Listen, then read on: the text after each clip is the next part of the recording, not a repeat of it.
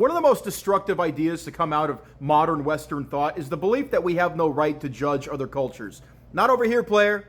We're judging the hell out of these other cultures. You'll hear people who say like, who are you to judge? Who are we to judge them?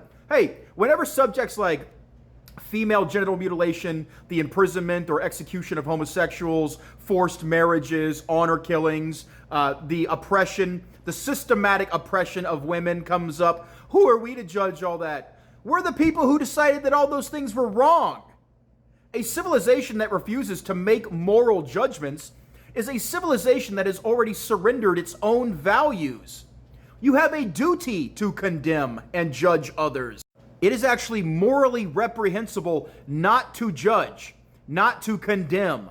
Understanding why another culture does something is not the same thing as accepting it. You can study the history and religion and economics and traditions behind practices without pretending that every tradition deserves equal moral respect. They don't. Some customs deserve respect and others deserve condemnation. It's your duty to condemn them. 99% of Somalian girls get their clitoris cut off. 99%. You have a moral duty to condemn that culture for that. If a society mutilates little girls or persecutes people for who they love, treats women like their property, or punishes all dissent with radical ultra-violence, then we should not apologize for saying that it's wrong. We should say so clearly and with a loud voice. The alternative is just moral relativism, which is taken to its logical conclusion that, if every culture's values are equally valid, then no one can ever condemn things like slavery or genocide or human sacrifice or apartheid or any other atrocity as objectively wrong. Everything becomes a matter of perspective. As the man says, if all cultures are equal, then cannibalism is just a matter of taste. It's the opposite of tolerance. That is moral paralysis.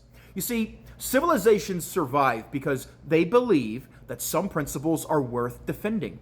Human dignity, individual liberty, equality before the law, freedom of conscience. Those are not just local preferences. They are moral achievements that required centuries of struggle and that we're rapidly losing because we're not struggling hard enough to preserve them. If we become so afraid of appearing judgmental that we stop defending those principles, then we've entered into a kind of civilizational suicide pact.